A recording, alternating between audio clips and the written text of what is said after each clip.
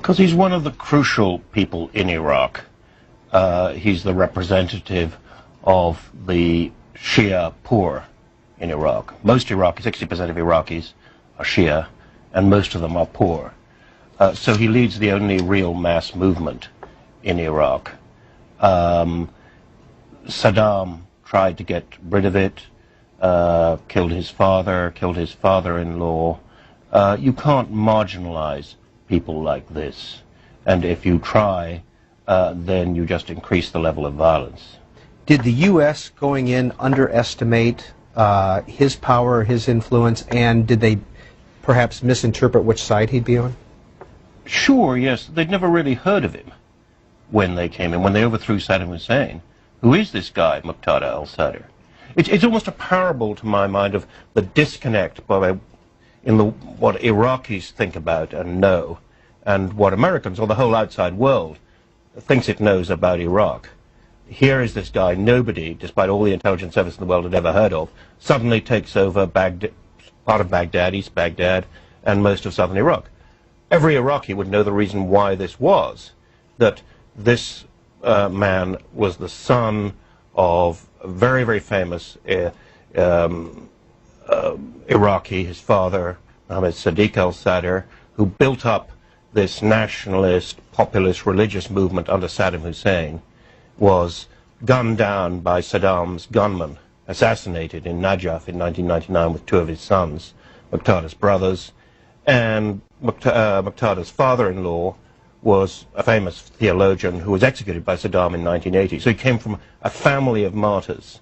Iraqis really felt this family had suffered enormously opposing Saddam, and they compared him with Iraqi exiles coming back, whom Iraqis, often unfairly, imagined had spent their years in exile cavorting in five-star hotels in London and New York and Los Angeles.